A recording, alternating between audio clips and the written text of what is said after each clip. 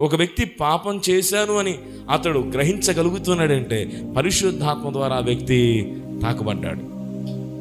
దావీదు దగ్గరకు నాతాను ప్రవక్త వెళ్ళి చెప్పే వరకు దావీదు యొక్క పాపం దావీదుకు పాపంలాగా అనిపించలేదు.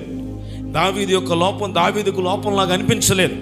దావీదు తీసుకున్న తప్పుడు నిర్ణయం దావీదు జీవితంలో తనకు ఇది తప్పు కాదనిపించింది, ఇది పాపం కాదనిపించింది. నాతాను ప్రవక్త వెళ్ళి ప్రవచనాత్మకంగా మాట్లాడినప్పుడు అతని తప్పు అతడు తెలుసుకుని పశ్చాత్తాపడుతూ దేవుని సన్నిధిలో తెలియపరిచిన కీర్తన 51. అంటే ఈ కీర్తన మనం చదివాం కనుక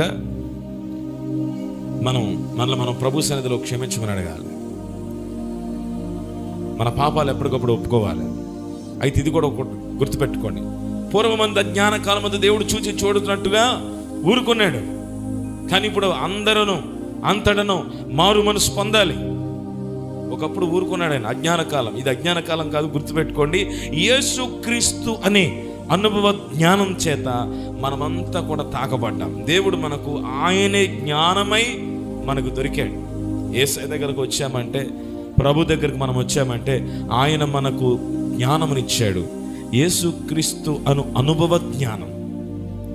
ఈ అనుభవ జ్ఞానం దేవుడు మనకు అనుగ్రహించాడు కనుక ఆయన చెంత మనం ఉన్నాము. ఆయన మాట్లాడుతున్నాడు, ఆయన వాగ్దానాలు తెలియచేస్తున్నాడు, ఆయన ఆలోచనలు తెలియపరుస్తున్నాడు.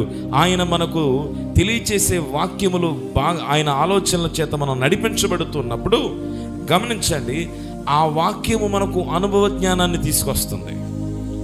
జ్ఞానము లేని వారుగా దేవుడు మనల్ని ఎన్నడూ ఉంచడం లేదు. అనుభవ జ్ఞానం. అందుకే మహిమ నుండి అధిక మహిమలోనికి వెళ్ళి అనుభవంలోనికి విశ్వాసులైన ప్రతి ఒక్కరూ రావాలని దేవుడు కోరుతున్నాడు.